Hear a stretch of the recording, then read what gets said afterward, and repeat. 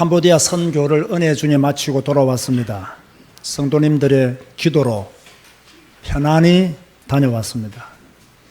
저는 개인적으로 비행기를 타는 것 외에는 캄보디아 가는 길이 너무나 기쁘고 즐겁고 신납니다. 12명의 성도들이 저와 함께 참여해서 여름 성경학교와 목회자 세미나를 인도하고 왔습니다.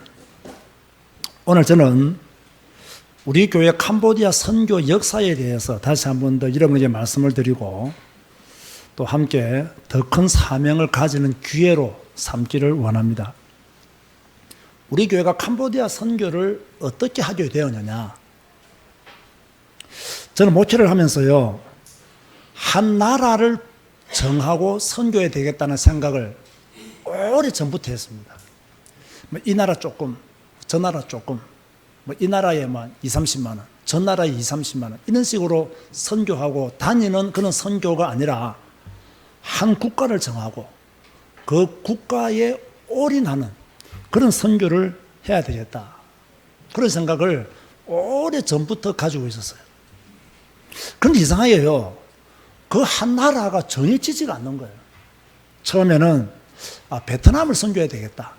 저 생각에 그냥, 왜? 베트남은 공산권이고 또 복음이 많이 들어간 나라가 아니기 때문에 이왕이면 공산권에다가 복음이 많이 들어가지 않은 나라에다가 복음을 전하자. 그래서 베트남 선교를 하기 위해서 여기저기 기웃거리는데 이상하게 연결이 잘 안 되어지고 문이 안 열리는 거예요. 그래서 포기를 해버렸어요. 또 그러고 보니까 내 주위에 중국을 다니면서 사역하시는 목사님들이 많이 계시더라고요. 그래서 베트남 문이 안 열리니까 중국의 한 지역은, 중국은 워낙 크잖아요. 그래서 한 지역, 한 도시를 정해놓고 그곳에만 가서 복음 전해야 되겠다. 그렇게 생각을 하고 중국 사역하시는 목사님에게 제가 부탁을 드렸어요. 목사님은 중국을 다니면서 몇십 년간 전도를 하셨기 때문에 중국의 한 지역을 저에게 소개를 해주시면 제가 그 지역에 들어가서 우리 교인들과 함께 집중적으로 전도 운동을 하겠습니다. 그랬더니 이분이 굉장히 좋아하더라고요. 그러고는 소식이 없어요. 이 좋아했으면 소식을 갖다 줘야 되잖아요. 소식이 없더라고요. 그러니까 그걸 또 자꾸 말하기도 그렇고요. 아마 이분이 좋아했는데 순간적으로 잊어버렸는가 봐요. 그래서 중국도 아닌가 하고 이렇게 고개를 갸우뚱거리고 있는데 제가 어느 날 이제 상담학을 강의하기 위해서 갔단 말이에요.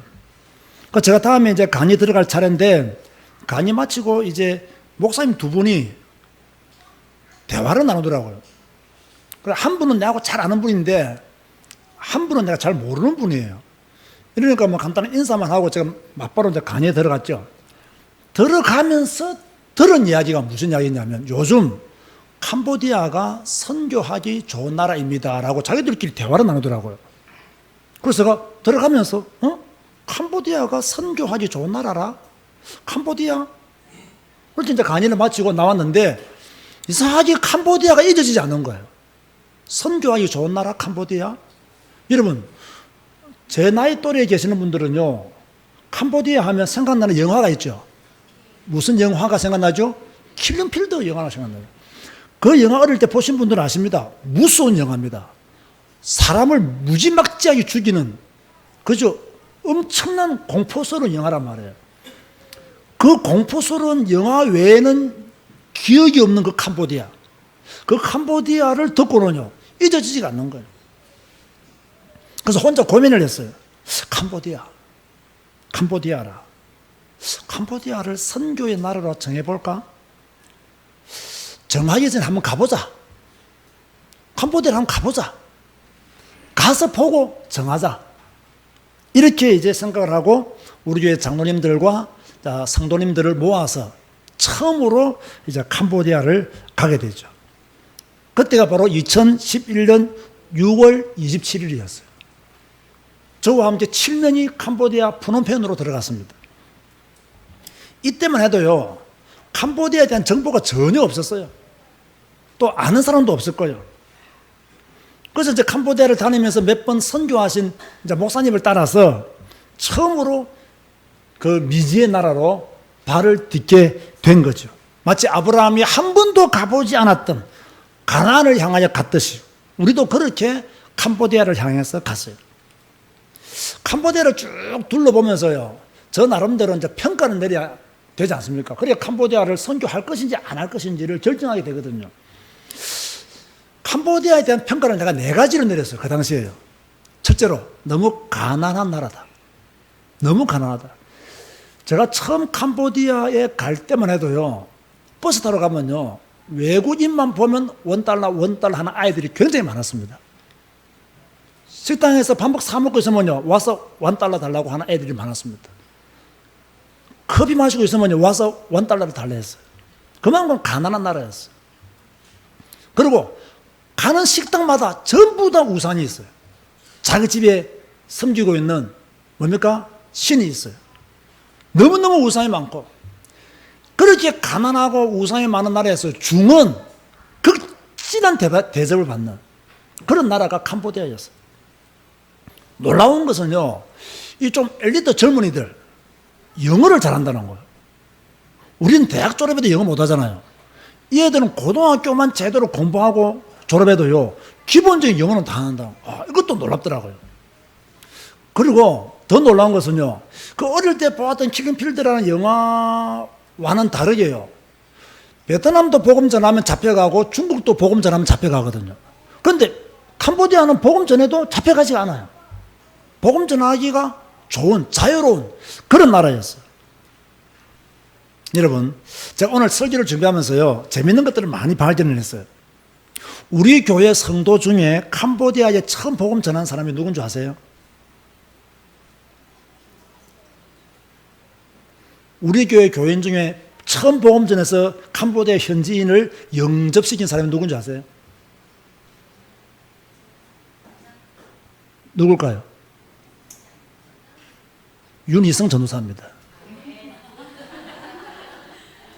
처음 가는 우리가 처음 묵었던 그 올림픽 게스트하우스 집에 있는 영어를 잘하는 거예요. 그래서 윤 전도사가 영어로 복음 전해서 첫 예수 영접자를 거기서 만들어낸 거예요. 그 김병희 선교사 목사님은 계속 그 숙소에서 묵었기 때문에 그 뒤에 연결이 되어졌겠죠. 그래서 처음으로 윤 전도사가 이제 영어로 복음 전하고 그 사람이 예수님을 영접하고. 자, 우리가 캄보디아 선교를 하면서 윤 전도사가 했던 헌신이 굉장히 큽니다. 왜? 우리는 영어가 안 되니까. 캄보디아도 못하니까. 그죠? 그래서 어릴 때부터 미국에 비싼 돈 들여서 보낸 그 가치를 이때를 위해서 하나님이 준비하게 하시지 않았나. 그리고 캄보디아를 쭉 다 둘러보았어요. 다 둘러보고 이제 함께 가신 분들에게, 저와 함께 가신 분들에게, 그때는 김경환 장로님, 한영교 장로님, 최복순 목사님, 이몽희 권사님, 강복래 권사님, 윤희성 이렇게 이제 갔단 말이에요. 그래서 물어봤어요. 캄보디아를 보신 소감이 어떻습니까?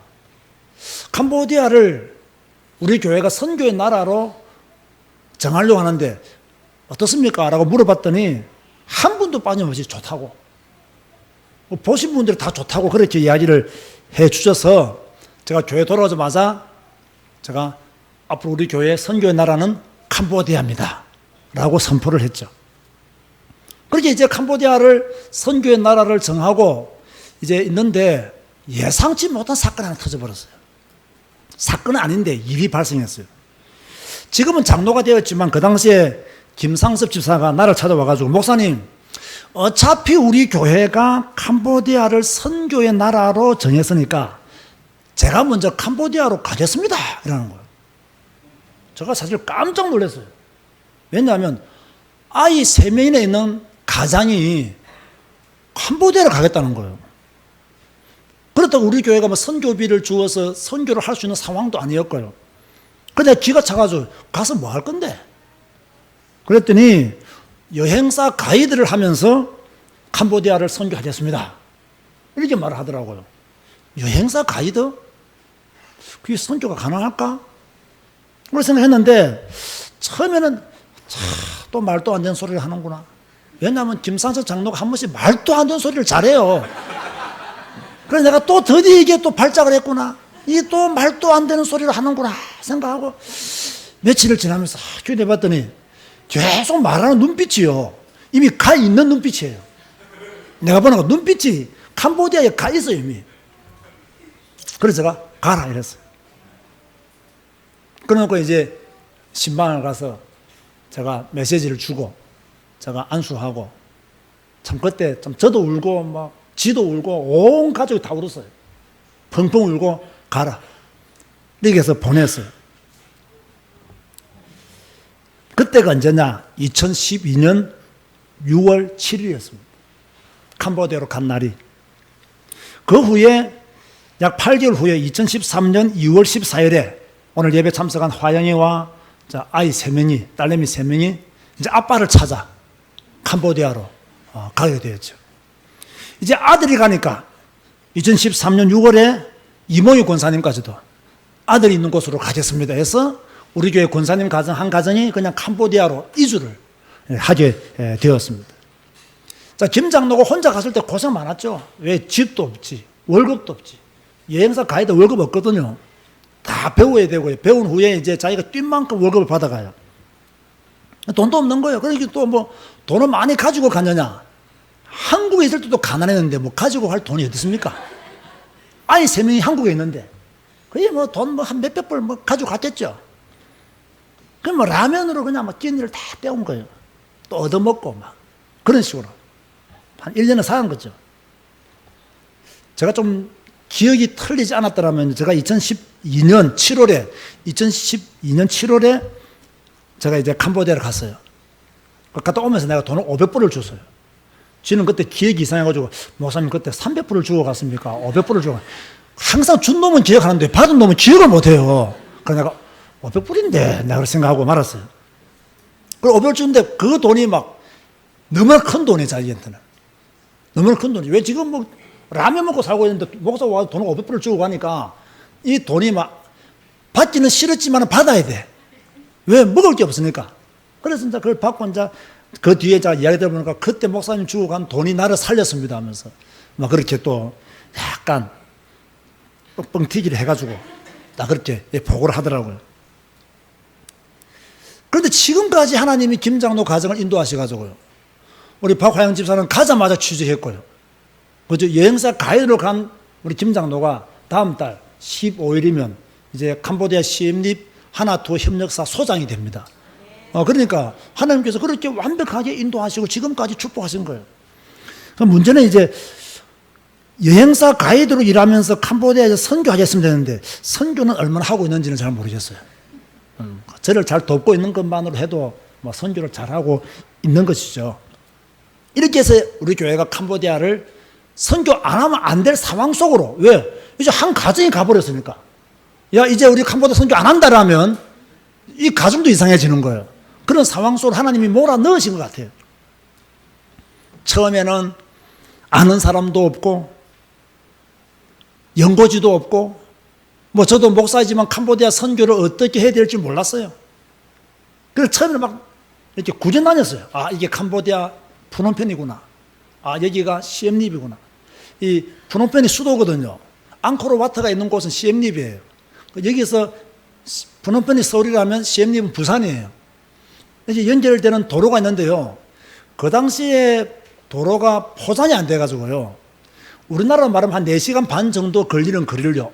8시간, 9시간 버스를 타고 갔어요. 근데 그 버스가 우리나라처럼 고속버스냐? 아니에요.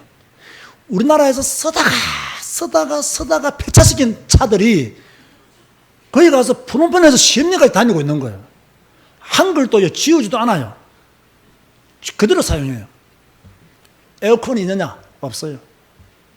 그 캄보디아 현지인들과 덜컥 다니면서 8시간, 9시간 푸놈펜에서 시험이 내려가면 몸살 걸려버려요. 너무 덥고 냄새도 너무 많이 나고. 지금은요 도로 포장 다 됐어요. 한 6시간이면 푸놈펜에서 빠르면 한 5시간 반 정도 되면 시엠립까지 도착을 하죠.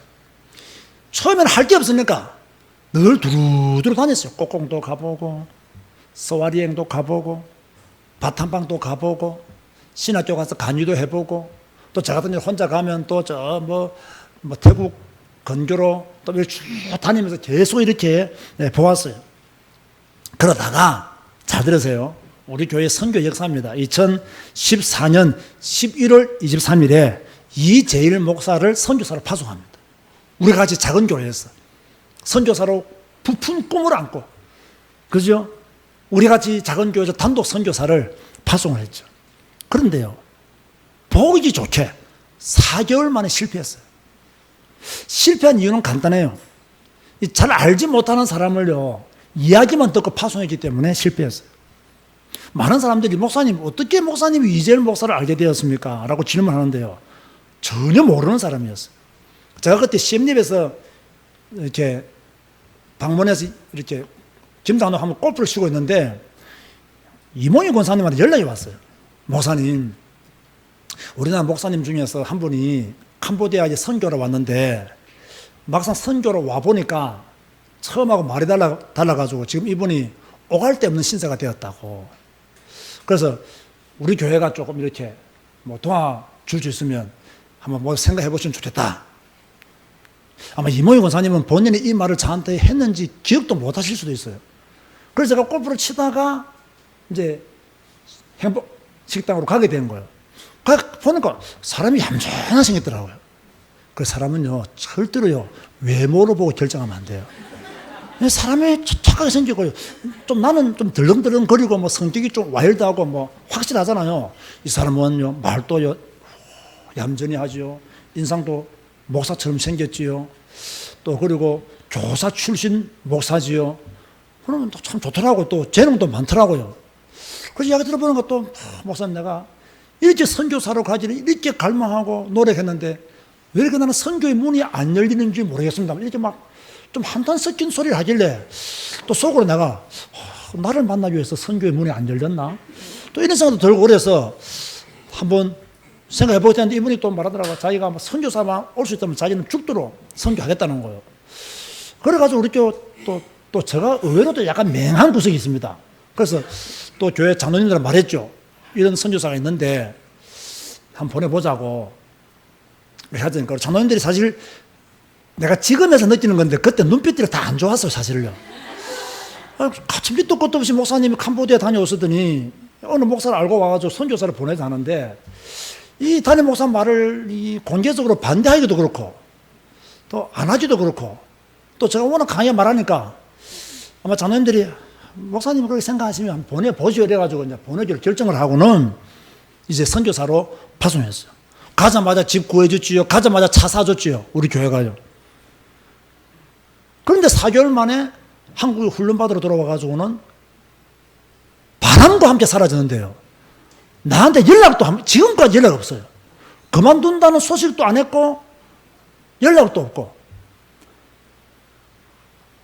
그래서 제가 깨달은 게 있어요. 선교가 잘못되었다. 내가 사람 말을 너무 믿었다. 천하의 바보가 내다.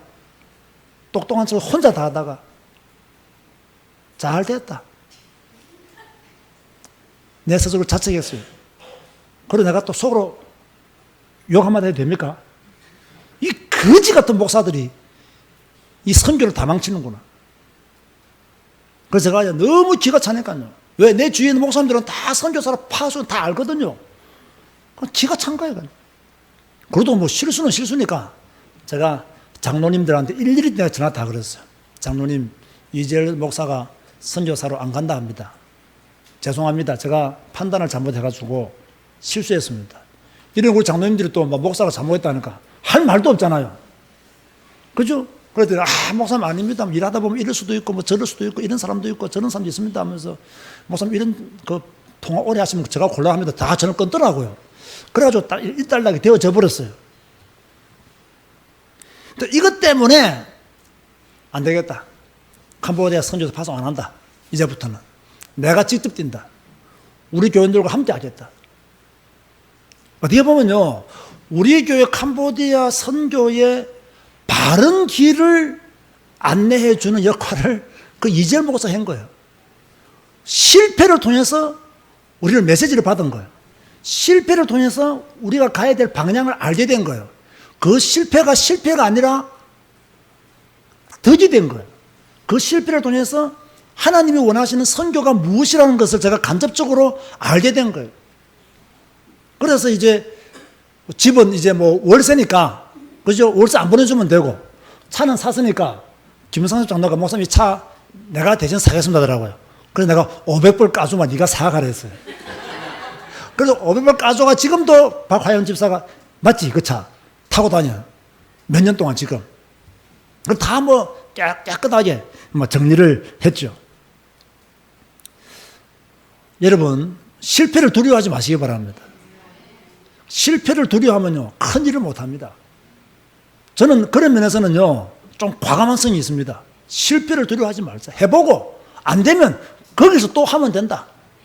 안 해보고 안 하는 것보다 해보고 틀렸다는 것을 확인하고 새로운 일을 찾는 것이 훨씬 더 낫다.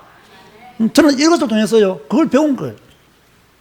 그러다가 우리 교회가 직접 이제 선교를 하게 되는데 2015년 7월 26일 그때 이제 8월 1일까지 방문하게 되는데 캄퐁톰에서 목회자 세미나를 처음으로 우리 신호철 교수가 소개해서 처음으로 이제 캄퐁톰 지역에서 목회자 세미나를 제가 가서 우리 교원들 그때 한 3, 40명이 갔습니다.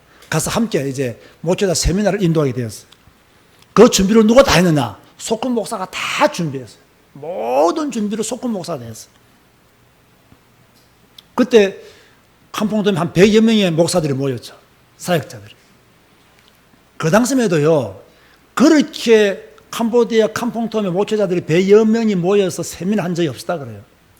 근데 그렇게 모였어요. 우리 교회가 다 숙식 제공 다 해줬어요. 여러분 생각해 보세요. 지금 우리나라에 한국 선교사들이 캄보디아에 많이 들어가 있습니다. 내 신학교 동기 목사도 캄보디아 시엠립에 선교사로 가 있습니다. 제가 키웠던 제자 목사 한 명도 통합청에서 캄보디아 프놈펜으로 선교사로 파송했습니다. 제가 아동부 교사할 때 제가 가르치던 애예요. 그 애가 커서 목사가 돼가지고 캄보디아 프놈펜에 선교사로 가 있어요. 내 선배도 프놈펜에서 선교 사역을 크게 하고 있어요. 그러나 한국 선교사들이 10만 명이 들어가도 캄보디아는 복음을 못합니다. 캄보디아를 복음할 수 있는 키는요, 캄보디아 목회자들을 바르게 세우는 것입니다. 저는요, 여기에 대한 비전을 보았어요. 캄보디아 복음하는 한국 선교사로는 절대 못한다. 왜? 우리는 그들과 언어가 다르지요. 문화가 다르지요. 그냥 뭐 라이프 스타일이 달라요. 생각이 달라요. 캄보디아 선교는 캄보디아 목회자들을 바르게 세우는 것이 내가 할 수 있는 최고의 캄보디아 선교다. 캄보디아 선교사, 캄보디아 목회자들에게 성경을 가르치자. 여기에 대한 결론을 딱 가졌어요. 그런데 다행스러운 것은요, 제가 1년에 서너 번씩 캄보디아에 들어가서 지역을 다니면서 세미나를 하잖아요. 제가 이번 11월 달에 또 캄보디아 들어가거든요. 또 들어가면 또 지역을 다니면서 세미나를 해요.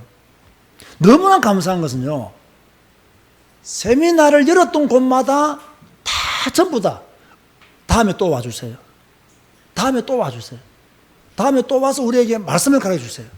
다음에 또 와서 우리에게 성경을 가르쳐주세요. 저는요, 사도행전 16장에 나타나는 그 마게도냐 환상이요, 나는 그것이 아니겠는가. 너무 좋아하는 거예요. 그 영어도 안다는 저한테 와가지고요, 오늘 강의가 너무 좋았다고. 너무 성경적인 강의가 너무 좋았다고. 다음에 꼭 와서 다시 한 번 더 말씀을 전해달라고. 그렇게 해요, 막. 젊은 목사들이 막 영어로 막 나한테 계속 말을 해요. 이렇게 해서 캄보디아 목회자 세미나가 은혜 중에 진행하게 되었고, 지금까지 정말로 좋은 평가 속에서 진행이 되어지고 있죠. 이러는 가운데 2016년 7월 24일 날 우리 교회가 캄보디아 교회로 들어가서 최초로 여름 성경학교를 인도하게 됩니다. 언약의 땅 교회에 가서요. 이때 아이들이 약 300명 정도 모였습니다. 마을도 크지도 않아요. 집들도 덤성덤성이 있어요. 그때 우리가 애들 티를 만들어 줬거든요. 그게 모자랄 정도로 애들이 모여들었어요. 그렇게 해서 여름 성경학교도 이제 매년 우리가 7월 말에 들어가서 아이들에게 복음 전하면서 말씀을 또 선포하고 있죠. 이번에 가서 무슨 일을 하고 왔느냐? 지난 한 주간 우리 교회가 무슨 일을 하고 왔느냐? 첫 번째는요, 처음으로 우리 교인들과 우리 선교팀들과 그 교회 선교팀들이 하나가 되어서 흩어져 가지고요, 마을로 들어가서 전도지를 나누어 주면서 전도를 했어요. 이번에 가신 분들은 다 아시겠지만요, 놀라운 것은요, 우리보다 그 교회 사역자들이 전도를 더 잘해요. 그 교회 사역자들이 훨씬 전도를 잘해요. 우리는 말이 안 통하잖아요. 우리가 들어가서는 캄보디아 선교 못 한다니까요. 우리는 분위기만 맞춰주고요, 경제적인 지원만 하고요, 이 아이들이 들어가가지고, 이 사역자들이 들어가서 다, 여러분, 오늘 오후에 뭐 한번 보십시오. 전부 다 이 애들이 전부 다 가르쳐 주고요. 윤 전도사 팀과 이모사 팀을 나누어서 갔거든요. 우리가 간식을요, 한 군데마다 200개씩.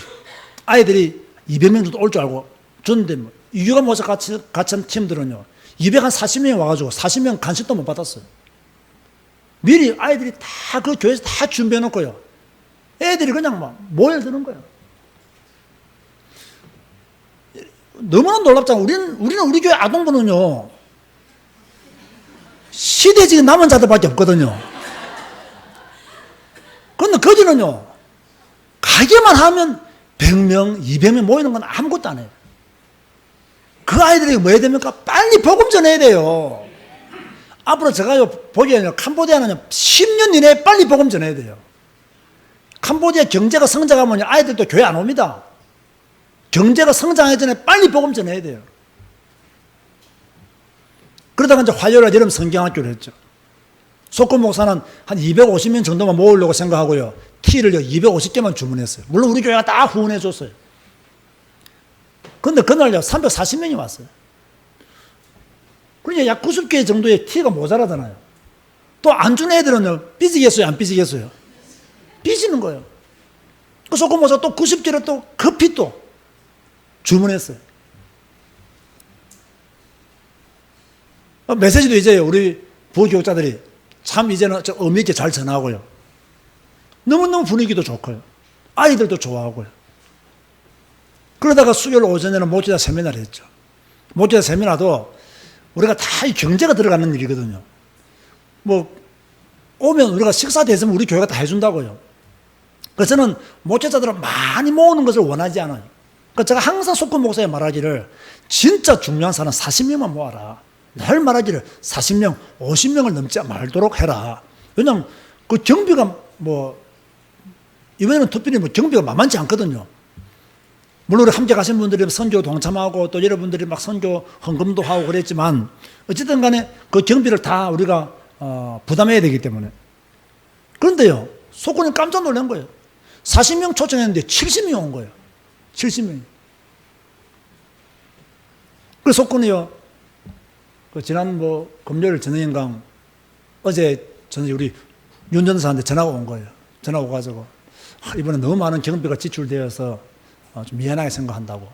그러나 예상치 못하게 이렇게 많은 아이들이 오고 많은 사람이 오니까 어쩔 수 없었는데 제자교회가 부담이 되지 않았는지 송구하고 미안하다고.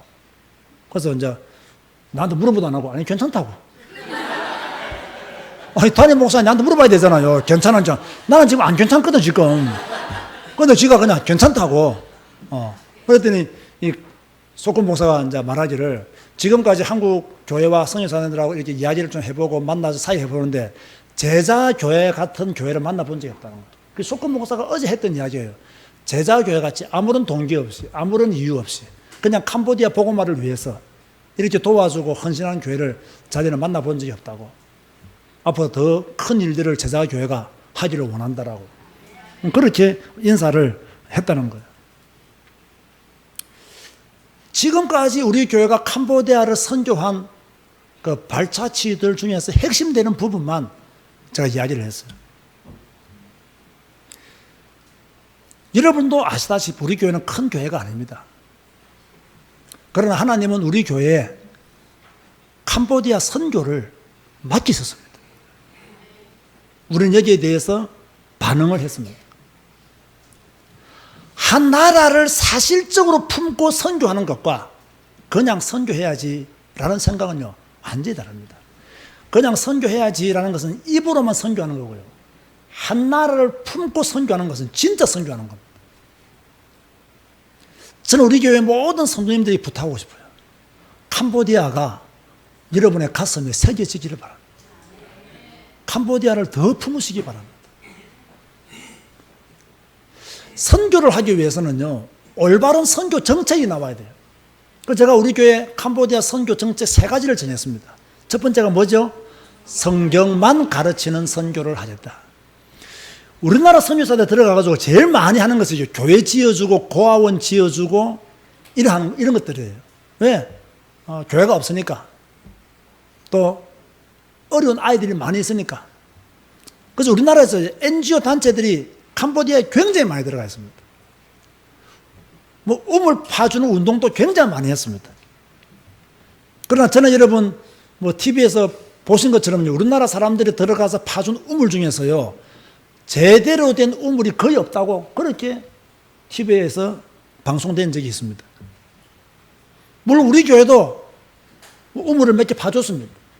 그리고 지금 우물 1개를 팔 수 있는 돈도 내가 가지고 있어요. 이규환 목사 부부가 헌금을 했는데 제가 아직까지 이렇게요, 아주 시급하고 진짜 요긴하게 쓸 우물을 내가 발견하지 못한 거예요. 그런 곳이 발견되어지면 그걸 팔려고 아무데나 돈을 줘서 막 우물을 파게 만드는 것은 옳지 않다고 보거든요. 다른 데서는요, 300불이면 우물 하나 파줘요. 그 내가 아무리 생각해봐도요, 소콘하고 이야기해보면요, 300불 주고 파는 우물은 사람이 마시기에는 부적절한 우물이라는 거예요. 동물들이 마시기에는 괜찮다는 거예요. 그럼 보통 뭐 한 700불 이렇게 파냐, 깊게 팔고 가뭄이 좀 나도 우물이 나오고. 그래서요, 소콘 목사 교회에 있는 우물 있죠, 그런 가뭄이 되면 우물이 안 나와요. 그 한 200m 떨어진 그 우물은 우리가 파준 우물이거든요. 가뭄이 와도 우물이 나와요. 이 돈을 많이 들인 돈하고 적게 드는 우물하고는 다른 거예요. 그리고 저는 또 일을 시키면 우물 파는 돈만 주지 않습니다. 100불이면 100불, 행변당 200불, 200불 수고한 사람들, 그죠? 속건도 그거 하려면 심부름 해두고 차비들이 일해야 돼요, 사실요. 거기에 대한 경비들은 다 지급을 해줘요. 그래야 또 일을 지속할 수 있으니까. 우리 교회는 우물을 하나 파주더라도 좋은 우물을 파줘야 된다. 설 수 있는 우물을 파줘. 사람이 마실 수 있는, 가뭄 때에도 물이 나올 수 있는 우물을 파줘야 된다. 저는요, 그런 생각을 가지고 우물을 선정하는 것도 신중히 선정을 하고 또 신중하게 파주고. 여러분, 파주고 요거 더 먹으면 안 되잖아요. 헌금하고 요거 더 먹으면 안 되잖아요. 제가 왜 이 말을 하냐면요, 우리나라 선교사들이 파준 우물들 중에서요, 막혀있는 우물들 내가 다니면서 많이 봤어요, 사실요. 지금 우물로서 기능을 발휘하지 못하는 거예요. 물론 뭐 너무 시간이 지나면 안 나올 수도 있겠지만. 그래서 우리는 가능하면 그런 거 하지 말고, 하긴 하지만 우리의 주 선교 정책은 뭐냐? 성경만 가르치는 선교를 하겠다. 우리는 성경을 가르치는 일에 헌신을 하겠다. 두 번째, 사람을 세우는 선교를 하겠다. 자, 우리가 왜 목회자 세미나를 합니까? 사람을 세우기 위해서요. 우리가 왜 여름 성경학교를 합니까? 사람을 세우기 위해서요. 여러분, 건물을 세우는 것보다 사람을 세우는 것이 훨씬 더 남는 장사입니다. 사람을 세워야 건물도 유지되는 거지요. 이런 봤잖아요, 뿌레비요. 그 교회를 세웠는데 그 교회 목회자가 없어요. 목회하다가 도망가 버렸어요. 그 교회가 비어 있는 거예요. 소콘 목사 교회에서 오다 보면요, 캄퐁돔으로 오다 보면요, 교회 한 군 비어 있는 데 있습니다. 그 한국에 계시는 분이 교회 지어줬어요. 거기도 지금 교회 문 닫아놨어요. 교회 지어주면 뭡니까? 사람이 없는데, 목회할 사람이 없는데, 그 교회를 섬기고 일할 사람이 없는데. 그래서 사람을 세우는 선교하겠다. 어차피 우리는 캄보디아 선교니까 세 번째가 전도를 가르치는 선교를 하겠다. 그런데요, 전도는 가르칠 필요가 없어요. 우리보다 더 잘해요. 저 느낀 게 우리보다 훨씬 더 잘해요. 이렇게 제가 이제 성경만 가르치는 선교, 사람을 세우는 선교, 그래도 전도를 가르치는 선교를 해야 되겠다라는 마음 먹었는데요. 자, 이번에도 캄퐁돔에서 목회자 세미나를 하면서 느낀 게 있어요. 아, 정규적인 교육이 필요하다. 이번에 한 70명 왔단 말이에요. 제가 캄퐁돔을 다니면서 그렇게 세미나를 많이 했는데도요, 그날 70명 중에서 나를 처음 보는 사람이 30명이나 되더라고요. 그만큼 새로운 사람이 자꾸 온다는 거예요. 새로운 사람들이. 근데 제가 몇 년 동안 캄퐁톰에서 메시지를 이렇게 진행하다 보니까 몇 년 전부터 메시지를 들은 사람하고 오늘 처음 와서 듣는 사람들하고 수준이 자꾸 달라지는 거예요. 그래서 제가 이번에 처음으로 사람을 좀 분리해서 세미나를 해야 되겠다. 처음부터 들은 사람들하고 처음 듣는 사람들이 메시지 이해도가 완전히 다르다는 걸 알게 되었어요. 이렇게 하려면 뭐가 있어야 됩니까? 우리도 뭐 신학교를 세우든지 건물을 하나 얻어야 되는 거예요. 그 전에 내가 한번 알아봐라 했더니 이제 김상현 장로가 이제 속훈하게 시켜가지고 건물을 하나 보내왔어요. 이번에 우리 가시는 분들 다 보고 왔죠. 그게 얼마냐? 14만 불, 18만 불에 내놨는데 안 팔리니까 14만 불에 내놨어요. 14만 불이 우리나라 돈으로 한 1억 한 6천 정도 됩니다. 200 몇십 평인데 건물 다 있어요. 물론 뭐 약간 수리돼야 되겠지만. 그래서 내가 속군 목사한테 더 한번 까봐라 했더니요. 딱 까는데 3천 불만 까주겠다는 거예요. 그 13만 7천 불 해주겠다는 거예요. 그래서 내가 알았다고 기도해보자고 그렇게만 하고 이제 그만 두고 기다리고 있는 거죠. 하나님이 어떻게 응답하시는지 또 내가 어떻게 인도받아야 될지 이런 생각을 좀 더 해봐야 되는 거죠. 제가 신학교를 세워서 해야 되겠다. 캄퐁톰뿐만 아니라요. 캄보디아 전역을 조사해보니까 캄보디아에서 푸놈펜 다음으로 교회가 많아요. 그런데요. 시엠립도 신학교가 있고 푸놈펜도 신학교 있는데요. 제가 가는 이 캄퐁톰만 신학교가 없어요. 요것도 참 하나님의 계획이다. 이렇게 많은 교회가 있는데 신학교가 없으니까 푸놈펜으로 가든지 시엠립으로 가든지 주로 시엠립으로 가요. 근데 시엠립에 있는 신학교를 내가 대강 보니까 우리 교회가 하는 선교보다 더 못한 신학교예요. 그래서 안 되겠다. 진짜 캄퐁톰에 신학교를 세워야 되겠다. 그런 생각을 가지고 지금 기도를 하고 있는 거죠. 그러기 위해서는 뭐 건물도 필요하기 때문에 건물도 하나 마련해야 되겠다는 생각을 가지고 있는 거죠. 사랑하는 성도 여러분, 저는 캄보디아 선교를 어떻게 생각하느냐면요. 건물을 세우고 이게 나는 캄보디아 선교라고 생각하지 않습니다. 선교를 위해서 필요하기 때문에 건물을 사는 거죠. 그러면 뭐가 캄보디아 선교냐? 저는 열매를 바라보고 캄보디아 선교를 하지 않습니다. 그러면 열매가 없느냐? 분명히 있을 것입니다. 지금도 나타나고 있고요. 우리가 이번에 캄보디아 가서 여름 선교학교를 하고 왔잖아요. 하고 온 자체가 열매입니다. 아시겠습니까? 우리가 이번에 또 가서 모체자 세미나를 인도하고 왔잖아요. 인도하고 온 자체가 열매입니다. 우리가 크게 건물 짓고 이게 아닙니다. 여러분, 속군 목사가 마음을 담고 헌신하고 있고요. 섬랑이요. 얼마나 통역을 잘합니까? 얼마나 또 신실합니까? 그런 목회자들을 만난 것 자체가 우리에게 열매입니다. 열매라는 게 뭡니까? 사람이 열매지 건물이 열매가 아니에요. 저는 속군 목사가 굉장히 역량 있는 목사라 보거든요. 섬랑이요. 아마 캄보디아 다니면서 통역을 이렇게 중심을 닦고 복음을 사랑하고 이렇게 마음을 담아서 통역하는 데 없습니다. 제가 전에도 이게 통역 하나 써봤잖아요. 다 통역 잘해요. 잘하는데 섬랑은 지가 통역하다가 지가 울잖아요. 너무 메시지에 성령의 감동이 돼가지고. 이런 통역자를 만나기가 쉽지가 않습니다. 근데 이 사람들이요. 마음을 담았어요. 제가 매월 며칠을 간다면요. 자기들 일정 다 조정해가지고 내 일정에 다 맞춰줘요. 내가 하나 알아보라면요. 정확하게 알아서 보고해줘요. 내가 안 된다면요. 딱 거기서 중단해요. 그럼 이런 신실한 일꾼들을 만나기가 쉽지 않아요. 목사님 또 그러다가 옛날처럼 또 배신당하면 어떻게 합니까? 배신당하면 거기까지 가고 그만두는 거예요, 그냥. 또 다른 사람 하나님이 예배놨다. 그런 믿음으로 또 가는 거예요. 우리는 바랄 게 없는 거. 우리는 복음 전하는 것 자체가 우리의 영광입니다. 우리는 캄보디아에 말씀 전하는 것 자체가 우리의 축복이에요. 열매 같은 거 생각할 필요가 없는 거예요. 아시겠습니까? 열매 생각도 하지 마세요. 내가 전인된 것이 내가 받은 축복이요 열매입니다. 그런 마음을 가지고 우리는 캄보디아에 선교해야 되고 헌신해야 됩니다. 저는 지금까지 캄보디아 선교를 인도하신 하나님께 감사를 드립니다.